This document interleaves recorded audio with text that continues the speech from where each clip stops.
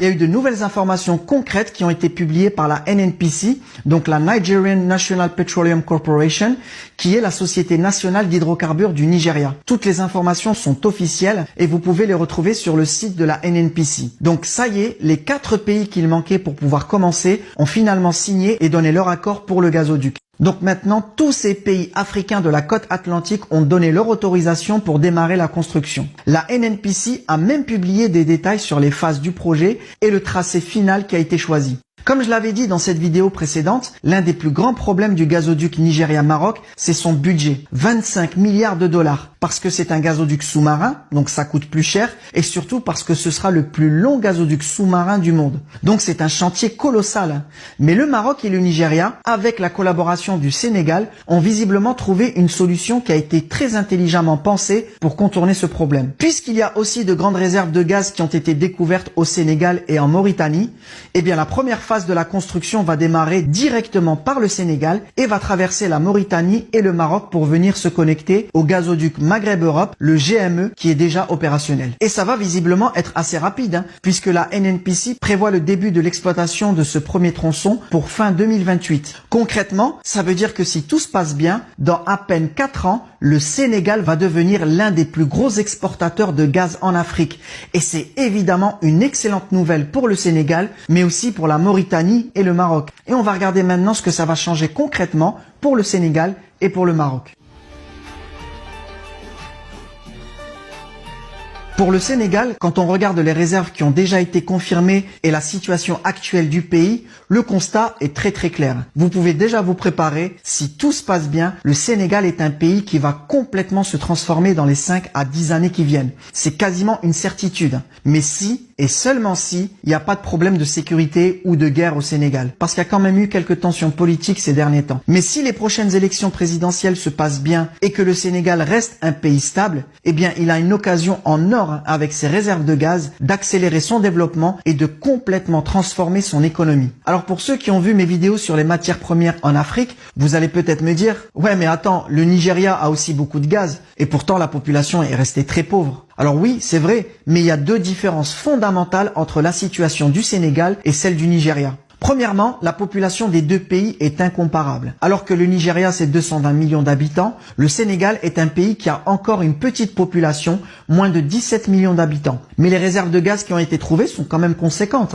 D'après les sociétés BP et Cosmos Energy, les réserves de gaz découvertes au large du Sénégal sont estimées à 1400 milliards de mètres cubes, ce qui en fait le 4e pays africain en termes de réserves prouvées. Derrière le Nigeria, l'Algérie et l'Égypte est à peu près ex-aequo avec la Libye. Alors on va mettre de côté pour l'instant la Libye qui est un cas très particulier et d'ailleurs c'est un des plus grands gâchis africains. La Libye aurait dû être l'un des pays les plus riches d'Afrique, mais on en parlera dans d'autres vidéos.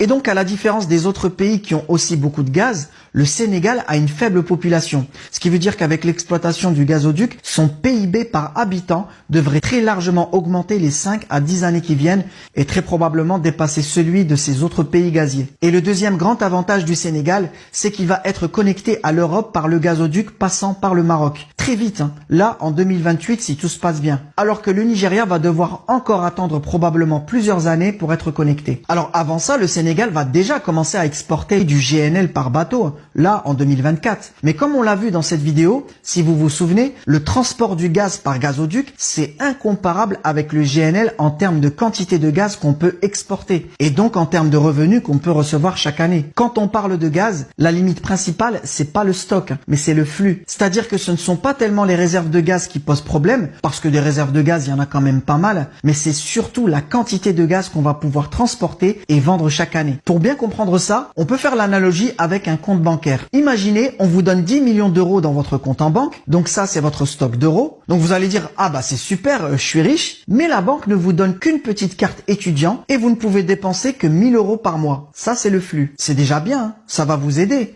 Mais vos 10 millions d'euros ne vont pas vraiment changer votre vie. Alors que si la banque vous donne une carte American Express et vous pouvez dépenser 200 000 euros par mois, là, ça change votre vie. Eh bien, pour un pays de la taille du Sénégal, Le GNL, c'est la carte étudiant et le gazoduc, c'est l'American Express. Le GNL va quand même aider l'économie du Sénégal, mais il aura un impact qui sera quand même limité parce que même si la population du Sénégal est plus petite que les autres pays, ça reste quand même 17 millions d'habitants. C'est pas aussi petit que le Qatar avec sa population d'origine de seulement 300 000 Qataris et qui lui a bien pu profiter du GNL. Donc c'est surtout le gazoduc qui va tout changer pour le Sénégal. D'autant plus que c'est un pays africain assez particulier puisqu'il est l'un des rares pays en Afrique considéré comme plutôt stable jusqu'à maintenant en tout cas. Le Sénégal sera donc, après l'Algérie, le deuxième pays gazier en Afrique à être connecté à l'Europe par gazoduc. Mais attention, les deux pays ne sont pas vraiment comparables parce que l'Algérie a suivi un modèle économique très particulier, très social et protecteur qui a été inspiré de l'ex-URSS et très peu ouvert aux investissements étrangers, alors que le Sénégal, lui, a choisi un modèle économique beaucoup plus ouvert aux investisseurs et de ce point de vue, le Sénégal va plutôt se rapprocher de la trajectoire de développement des pays avec le même modèle comme l'Arabie Saoudite ou les Émirats. Donc le Sénégal est un pays très